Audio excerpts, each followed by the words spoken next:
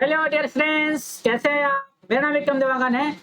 Vacancy आ चुका है। SSC MTS 2023 का वैकेंसी आ चुका है, जिसका एग्जाम फॉर्म भरना चालू हो चुका है। कहां से? 30 जून से लेकर 21 जुलाई तक आपका एग्जाम फॉर्म भरा जाना है। ठीक है, तो इसका पूरा प्रोसेस क्या होगा, कितने वैकेंसीज आए हैं, आप थंबनेल पर देख भी पा रहे होंगे कितने वैकेंसी आए हैं। इसका पूरा डिटेल मैं आपको बताता हूँ। सिर्फ और सिर्फ 10th पास ही चाहिए इस एग्जाम को भरने के लिए। ठीक है, मिनिमम क्वालिफिकेशन क्या है? 10th पास। ठीक है, तो आइए पूरा डिटेल में समझते हैं कि कब क्या क्या इसका प्रोसेस होना है, एग्जाम कब होना है। ठीक है, सारे प्रोसेस को हम समझते हैं। चलिए आइए चलते हैं। मल्टीटास्किंग यानी कि नॉन टेक्निकल स्टाफ एंड हवलदार का पोस्ट ये है। ठीक है, इसके टेंटेटिव डेट्स के बारे में आप सबसे पहले जानकारी ले लीजिए। सबसे पहले जो इसका ऑनलाइन एग्जाम फॉर्म है, यानी कि देखिए ध्यान से, ऑनलाइन एप्लीकेशन फॉर्म जो आप भर सकते हैं वो है 30 जून से स्टार्ट हो चुका है और कहां तक जाएगा? 21। ठीक है, 21 जुलाई तक ये एग्जाम फॉर्म आप भर सकते हैं। तो कभी भी आप लास्ट डेट का वेट ना करिए, एग्जाम फॉर्म जल्द से जल्द भर दीजिए, क्योंकि लास्ट टाइम पे क्या होता है, सर्वर पीक हो जाता है, डाउन हो जाता है, जिसकी वजह से क्या होता है, एग्जाम फॉर्म भर ही नहीं पाता है। तो इस चीज से आप बचिए। ठीक है ना। इसके बाद आगे चलते हैं, इसका एग्जाम कब होना है। ठीक है, इसका जो एग्जाम होना है टेंटेटिव जो कंप्यूटर बेस्ड एग्जाम कैसा होगा? कंप्यूटर बेस्ड होना है। एग्जाम कब होगा? सितंबर 2023।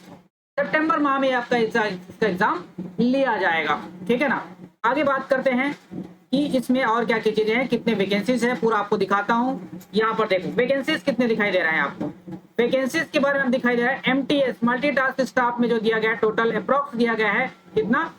1198 अप्रोक्स दिया गया। ये जो वैकेंसी है ये आगे चल के बढ़ता भी है। ठीक है ना। आगे बात करते हैं हवलदार, सीबीआईएलसी और सीबीएन, इन दोनों को मिलाकर कितना दिया गया है भाई?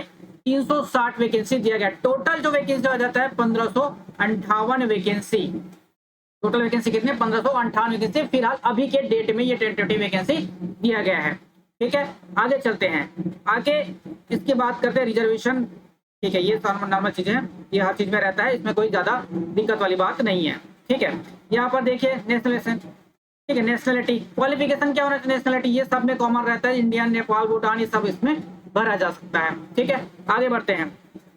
एज क्या होना चाहिए? एज क्या होना चाहिए? कब का डेट है ध्यान से देखिए, 1 अगस्त 2023। इसके डेट में आपका जो एज है वो कितना होना चाहिए आपको दिया गया है, देखो ध्यान से, 18 से 25। 18 साल से लेकर 25 साल के जो हैं वो इसका एग्जाम भर सकते हैं। किसमें? एमटीएस में। साथ ही साथ इसे एक और दिया गया है 18 से 27।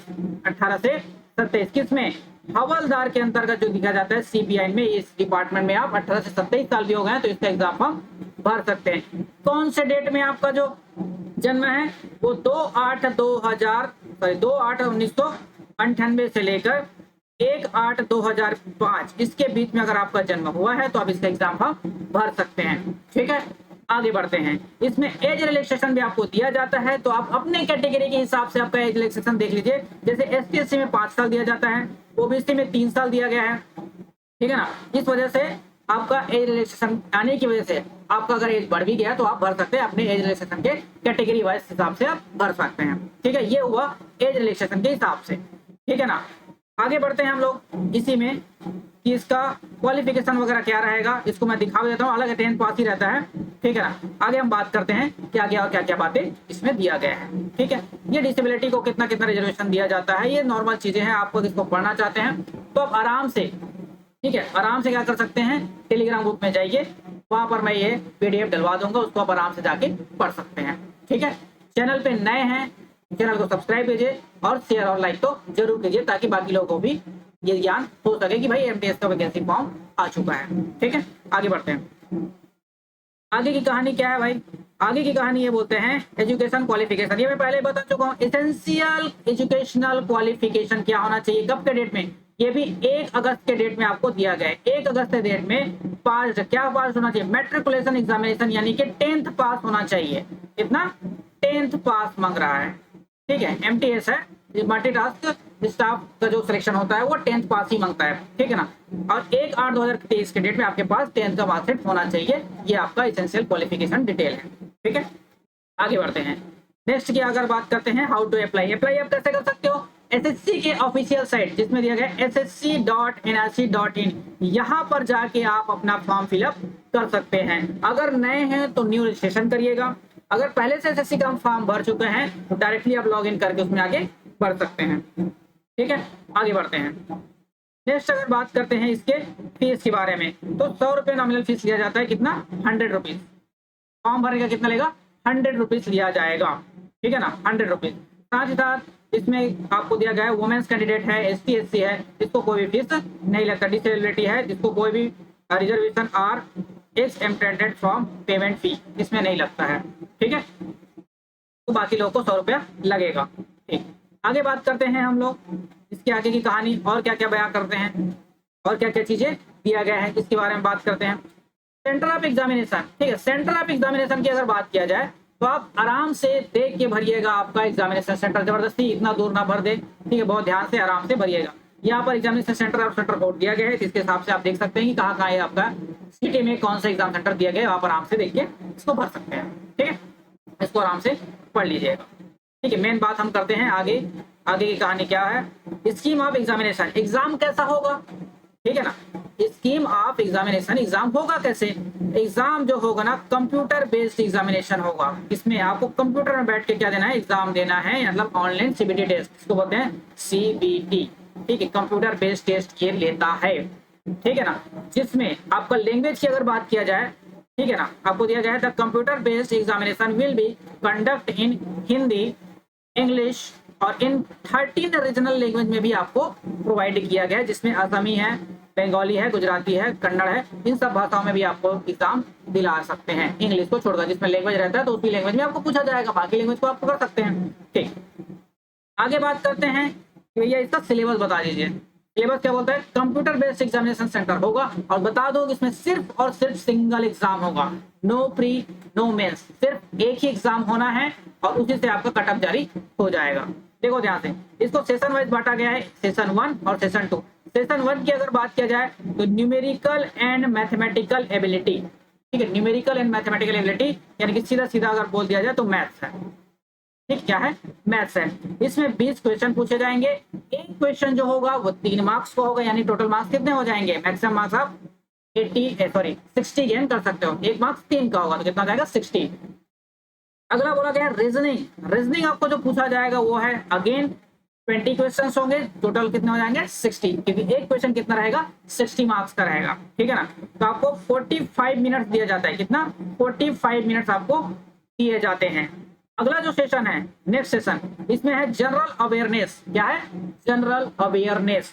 जनरल अवेयरनेस में जीके की चीजें आ जाता है, करंट अफेयर की चीजें आ जाता है, इसको आपको पूछा जाएगा, 25 क्वेश्चन दिया जाएगा, एक क्वेश्चन 3 मार्क्स हो जाएगा, टोटल कितना हो जाएंगे 175 हो जाएगा, सॉरी कितना हो जाएगा 75।